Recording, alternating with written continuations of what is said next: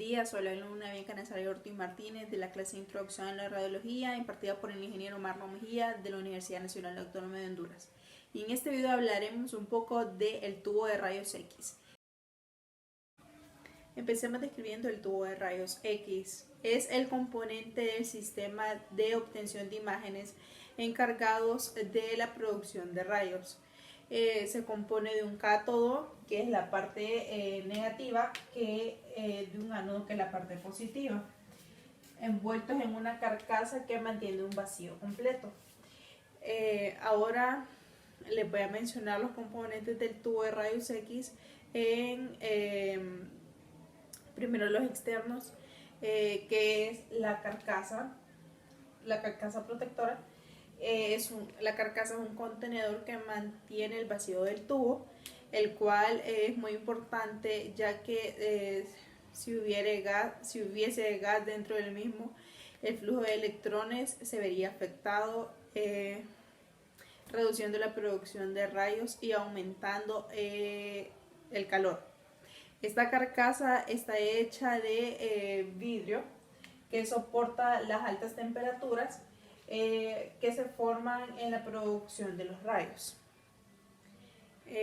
La carcasa presenta una ventana de 5 centímetros cuadrados, muy delgada, que es por donde sale el haz útil.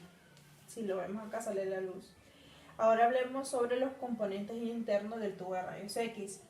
El cátodo, como la parte negativa del tubo, es el encargado de la producción de electrones, que va a ir a impactar con el ánodo para la formación de los rayos X. Está conectado con un circuito de baja tensión y presenta dos partes principales: filamento, generalmente fabricado de tungsteno, que incrementa la eficiencia termoiónica prolongando la vida del tubo. Al pasar una corriente eléctrica se calienta, emitiendo electrones de su capa interna por efecto termoiónico. También tenemos la copa focalizadora, conocida como colimador de foco, que es donde se incrustan los filamentos debido a que los electrones son eléctricamente negativos.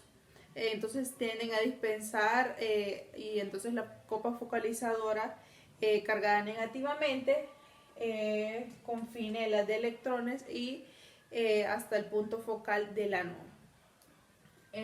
Ahora vamos a pasar a lo que es el ánodo, que esta es la parte positiva del tubo de rayos X. Es el lugar donde chocan los electrones, produciendo gran cantidad de calor que rayos X. Existen dos tipos de ánodo: el ánodo rotatorio y el ánodo estacionario. Aquí el que dibujamos es un ánodo rotatorio, que es en el que nos centramos. Este ánodo se conecta a un circuito de bajo voltaje. Luego el disco gira hasta alcanzar su máxima velocidad. El filamento se pone incandescente y se emiten electrones por emisión termoiónica. Se conecta el circuito de alto voltaje.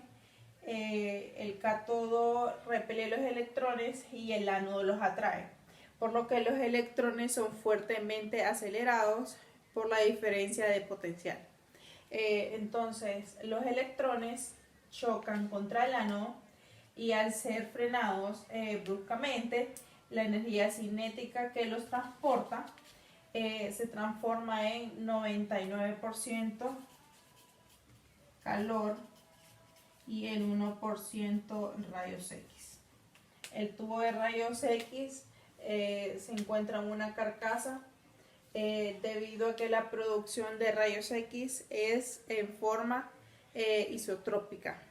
La carcasa solo permite la salida de los rayos X a través de la ventana. podemos observar para aquí, solo son el fosforoplancton, y absorbe los rayos X innecesarios para la formación de la imagen. Los rayos X que salen de la ventana, que son estos, son haz útil. Y aquellos que escapan de la coraza por fuera,